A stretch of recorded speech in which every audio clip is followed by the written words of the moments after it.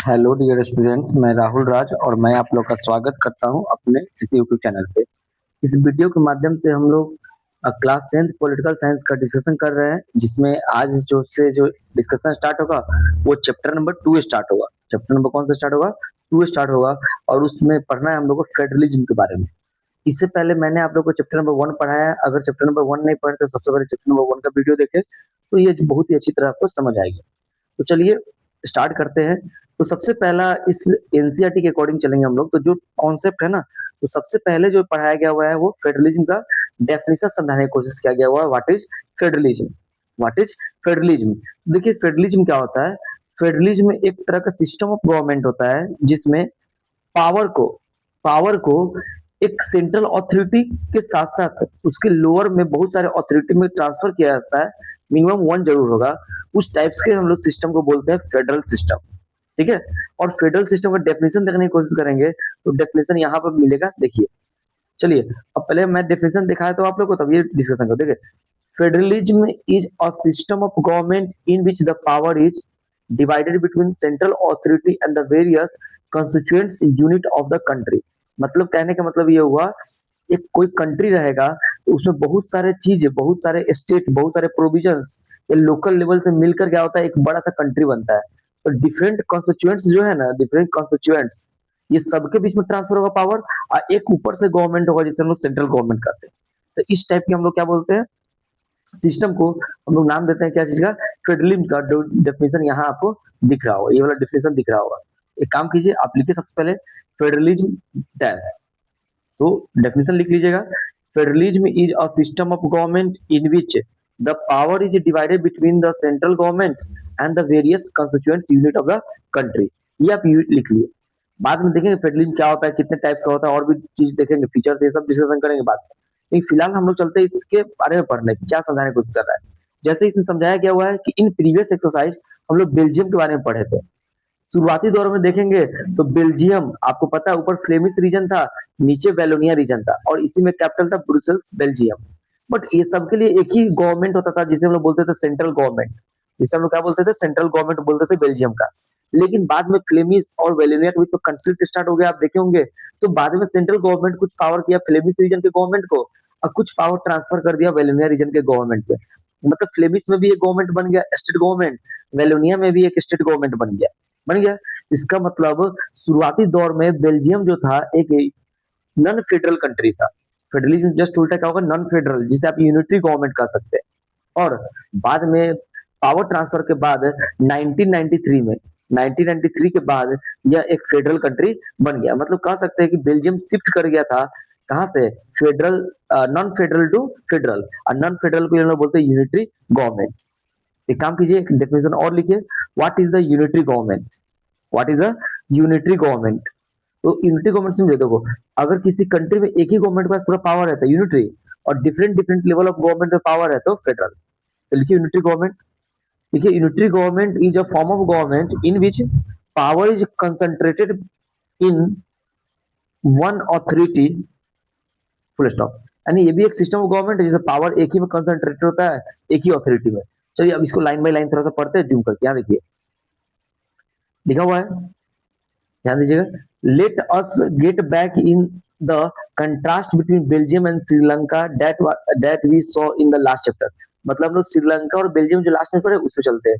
You would recall that, आप recall कर रहे हैं, याद कर रहे हैं, that one of the key changes made in the constitution of Belgium was to reduce the power of the central government and to give this power to the regional government।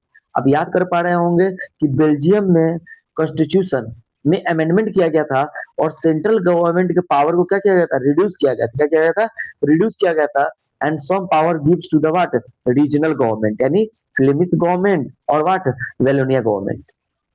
Regional governments existed in Belgium even earlier. They had their roles and power। और वहां पर जो भी regional government था उनका अपना roles हो गया और अपना क्या हो गया? पावर हो गया। But all this power were given to this government एक मिनट, हाँ ठीक है। But all this power were given to this government and could be withdraw by the central government. यानी कहने का मतलब अर्लियर, मतलब देखिए यहाँ पे क्या लिखा हुआ है, अर्लियर यानी शुरू-शुरू में भी रीजनल गवर्नमेंट तो था, बट वो पावर को जब मैं तब इसको क्या कर सकता था, विथड्रॉ कर सकता था। क्या कर सकता था? विथड्रॉ कर सकता था। इनिशियल पॉइंट बता रहा है। शुरुआती दौर में बेल्जियम में क्या था? सेंट्रल गवर्नमेंट था, ठीक है? सेंट्रल गवर्नमेंट था और कुछ रीजनल गवर्नमेंट भी थे, लेकिन रीजनल गवर्नमेंट है ना, वो एग्जिस्ट तो पहले भी करते थे, लेकिन कभी भी उसके पावर को सेंट्रल गवर्नमेंट विथड्रॉ कर सकता है, मतलब ले सकता था वापस। यानी कहने का मतलब सेंट्रल गवर्नमेंट ने उसे पावर दिया था, जब मन तब ले लेगा। मतलब इससे पहले वाले केस में सेंट्रल गवर्नमेंट के अंदर में काम करता था।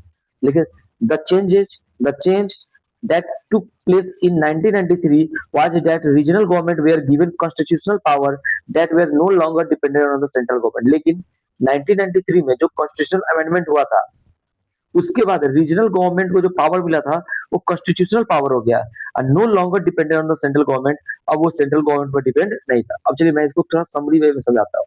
बोले ये पढ़ लीजिए। दस बेल्जियम शिफ्टेड फ्रॉम यूनिटरी, कौन सा unitary, to the federal form of government. अब देखिए क्या कहना चाह रहा है। ये जो दिख रहा है आपको यहाँ से यहाँ तक, एक मिनट, हाँ, ये जो आपको पॉइंट दिख रहा है ध्यान दीजिएगा।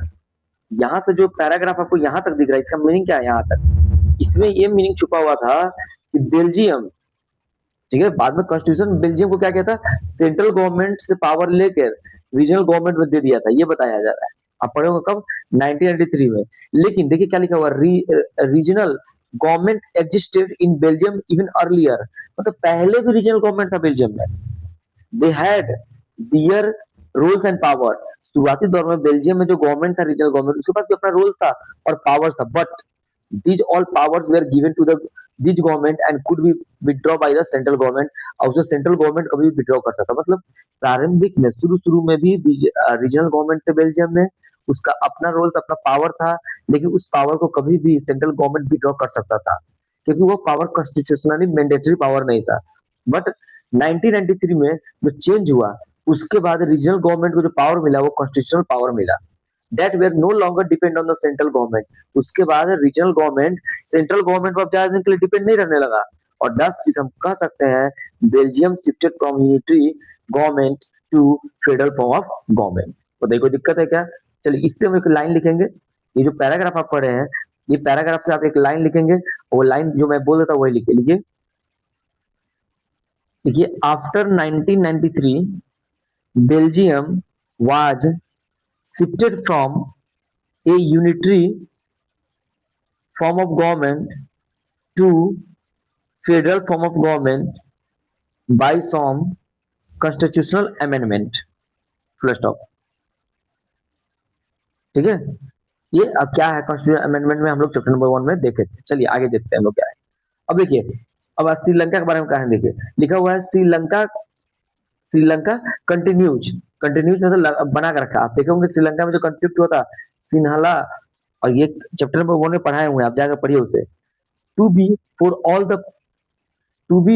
All practical purpose a unitary system where the national government has all the powers. यानी कहने का मतलब ये हुआ कि जो श्रीलंका, आप देखेंगे जो श्रीलंका था, उसमें इस साइड में आप देखते होंगे तमिल रहने वाला लोग रहता था, बाकी में सिन्हाला बोलने वाला लोग रहता था। तो अभी तक सिन्हाला यूनिटरी गवर्नमेंट को फॉलो कर रहा है, उन्होंने अपने पावर को कॉन्स्टिट्यूशनली डिवाइड नहीं किया। ये बताया जा रहा है किसके द्वारा? बुक के द्वारा।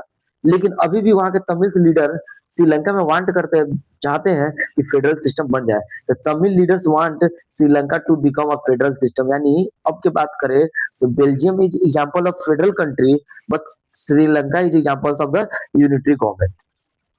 क्लियर है? ये इसका मतलब कॉन्सेप्ट हुआ।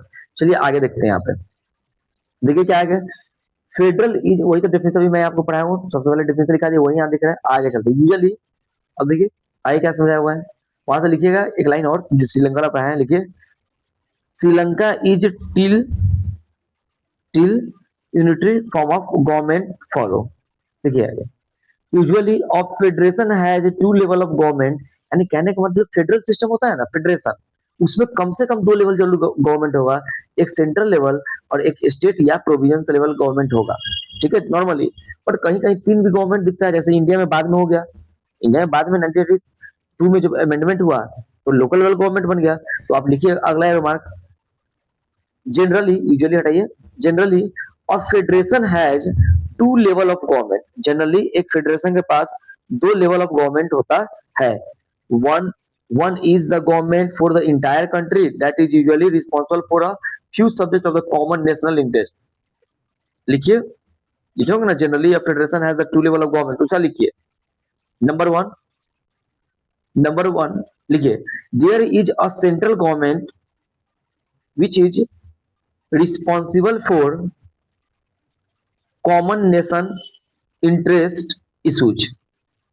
चलिए आगे देखते हैं, the other are the government, मतलब एक होगा सेंट्रल गवर्नमेंट पूरा कॉमन नेशन के लिए होगा, उसके नीचे होगा लिखा हुआ है the others are governments at the level of provinces and states that look after much of the day by day administration of the their state. तो लिखिए सेकेंड, लिखिए ना, ये जनरली फेडरेशन है the two level of government, number one लिखवा दिए, number two लिखिए, लिखिए नंबर टू। और सुनिए क्या लिखना है, लिखिए देयर इज अ स्टेट और provinces level government which is responsible for day by day यानी day to day administrating of their state। ठीक है, और ये दोनों लेवल ऑफ गवर्नमेंट है ना, इसको पावर कौन दिया होगा, constitution. Both these level of governments enjoy their power independent of the other. यानी फेडरेशन में जो सेंट्रल गवर्नमेंट होता है और जो स्टेट गवर्नमेंट होता है, ये भी अपने पावर को इंडिपेंडेंटली एंजॉय करेगा और ये भी अपने पावर को इंडिपेंडेंटली एंजॉय करेगा। एंड ये पावर बताएगा कौन, तो कॉन्स्टिट्यूशन बताएगा। जैसे इंडिया में कौन है, इंडिया में शेड्यूल नंबर 7 में कंकरेंट लिस्ट, स्टेट लिस्ट और यूनियन लिस्ट है ना। तो वैसे ही अगला एरो मार्क दीजिएगा, लिखिए both level of this government enjoy their power independent of the other according to constitutional provisions। ठीक है, तो ये रहा फेडरेशन का डिफिनेशन और बेल्जियम और श्रीलंका से रिलेटेड एग्जांपल। आपके पास अगर एनसीईआरटी नहीं है स्क्रीनशॉट ले लीजिए, घर पे इसको पढ़ लीजिएगा। ठीक है, अब आगे चलते हैं। देखिए यहाँ पर यानी फेडरेशन का जस्ट उल्टा जो होता है ना, वो होता है यूनिटरी गवर्नमेंट। तो यहाँ यूनिटरी गवर्नमेंट के बारे में जस्ट समझाया हुआ है, उसको भी हम लोग देख लेते हैं। यूनिटरी गवर्नमेंट का वैसे मैं आपको डिफिनेशन लिखवा दिया हूँ पहले। चलिए आगे देखते हैं। फेडरेशन का, फेडरल का जस्ट उल्टा यूनिटरी गवर्नमेंट या नॉन फेडरल भी बोल सकते हैं। In this sense federation are contrasted, मतलब कंट्रास्ट करेगा विथ यूनिटरी गवर्नमेंट। यानी फेडरेशन का कंट्राडिक्शन किसके साथ होगा, तो यूनिटरी गवर्नमेंट होगा, क्योंकि एक दूसरे का जस्ट क्या है, उल्टा है। यहाँ डिफरेंट लेवल ऑफ गवर्नमेंट होगा, यहाँ एक ही गवर्नमेंट होगा। अगर यहाँ पे एक ही गवर्नमेंट होगा जनरली, लेकिन अगर कोई यहाँ पे गवर्नमेंट है नीचे लेवल पे, तो ये इसको अपना पावर ट्रांसफर किया होगा और जो पावर देगा वही काम करेगा, और जब मन इसको विड्रॉ कर सकता है, ऐसा समझो। अगर different level of government exist कर रहा है यूनिटरी गवर्नमेंट में, तो जब चाहे तब उस पावर को छीन भी सकता है। कौन, central government. That is the unitary and that is the federation. चलिए आगे देखिए, तो ये बोला कंट्रास्ट करेगा क्या चीज से। चलिए आगे देखिए, यहाँ पे लिखा हुआ है under the unitary system of government. देखिए either there is only one level of government, unitary system में एक लेवल का गवर्नमेंट होगा, और the sub units of the subordinate to the central government. अगर वहां पर सब ऑर्डिनेट गवर्नमेंट है, सब सेंट्रल गवर्नमेंट के अंदर में कोई गवर्नमेंट है, बट उसके अंदर में ही होगा ये। The central government can pass on order to the provincial और लोकल गवर्नमेंट, बट मतलब यानी कहने का मतलब ये यूनिटरी गवर्नमेंट में क्या होगा, यूनिटरी गवर्नमेंट का मतलब ये यहाँ समझा रहा है कि एक ही गवर्नमेंट होगा या वहां पर सब यूनिट सब ऑर्डिनेट गवर्नमेंट होगा और गवर्नमेंट ही उसको ऑर्डर पास करेगा, तो वही काम करेगा कौन, स्टेट गवर्नमेंट। और फ्री नहीं होगा, इंडिपेंडेंट नहीं होगा, ये कहने का मतलब है। लेकिन बट इन फेडरल सिस्टम, आपको फेडरल सिस्टम पता है, the central government can not order the state government do not to do something. यानी फेडरेशन में सेंट्रल गवर्नमेंट स्टेट गवर्नमेंट को ऑर्डर नहीं देगा विदाउट कॉन्स्टिट्यूशन प्रोविजंस। तो लिखा हुआ है state government has power of its own for which it is not answerable to the central government. यानी फेडरेशन में state government is not answerable for the central government, but in unitary system it is. Clear है, both these governments are separately answerable to people. यानी कहने का मतलब ये हुआ कि फेडरेशन में सेंट्रल गवर्नमेंट वो अलग से रिस्पॉन्सिबल है पीपल्स के लिए, जनता के लिए। स्टेट गवर्नमेंट उसी पीपल के लिए, कहीं पीपल चेंज नहीं हो जाएगा। अगर मान लीजिए आप किसी स्टेट में रहते हैं, तो जिस स्टेट में रहते हैं उस स्टेट का गवर्नमेंट भी आपके लिए रिस्पॉन्सिबल है, और आप एक इंडियन कंट्री में भी रहते हैं तो इंडियन गवर्नमेंट भी आपके लिए रिस्पॉन्सिबल है। मतलब you are the common citizen for the both of level of government. तो यहाँ से क्या क्या पॉइंट नोट करना है, तो लिखिए यहाँ से क्या क्या पॉइंट है मैं बोल देता हूँ, आप लोग लिखिए। चलिए लिखिए, देखिए in unitary system of government either there is only one level of government और मतलब या और the sub unit are subordinate to the central government. बोल सकते हैं there are state government which is under to the central government, full stop. Full stop लिखिए, उसी को कंटिन्यू कीजिए। The central government can pass on order to the provincial और local level government, यानी central government क्या कर सकता है, ऑर्डर पास कर सकता है लोकल लेवल गवर्नमेंट के लिए और व्हाट स्टेट गवर्नमेंट के लिए। फुल स्टॉप, लाइन चेंज कीजिए। चलिए एक और लाइन लिखिए, लिखिए in federal system central government can not pass order to the state government to do something, कुछ करने के लिए ऑर्डर पास नहीं करेगा। फुल स्टॉप, फुल स्टॉप लिखिए। उसके बाद एक और एरो मार्क दीजिए, लिखिए in federation state government has power of its own for which it is not answerable to the central government, यानी फेडरेशन में स्टेट गवर्नमेंट के पास अपना पावर है जो एंसरेबल नहीं है सेंट्रल गवर्नमेंट के लिए, because it is power given by the constitution not the central government. Last में लिखिए, लास्ट में लिखिए, लिखिए in federation all level of government या both level of government are separately answerable to the people. तो I hope आप ये federal government यहाँ से स्क्रीनशॉट ले लीजिएगा, नहीं है बुक तो पढ़िएगा। फेडरल गवर्नमेंट, यूनिटरी गवर्नमेंट और दोनों के बीच का लगभग थोड़ा सा डिफरेंस आप समझ चुके हैं। नेक्स्ट क्लास में हम लोग पढ़ेंगे उसका फीचर के बारे में, तो आप बने रहिए, नोट्स कर लीजिएगा कंफर्म, अगर 10th क्लास स्टूडेंट है नोट्स जरूर कीजिएगा। नेक्स्ट क्लास में हम लोग यहाँ से पढ़ेंगे, तब तक बने रहिए, मिलते हैं अगले वीडियो में। जय हिंद स्टूडेंट।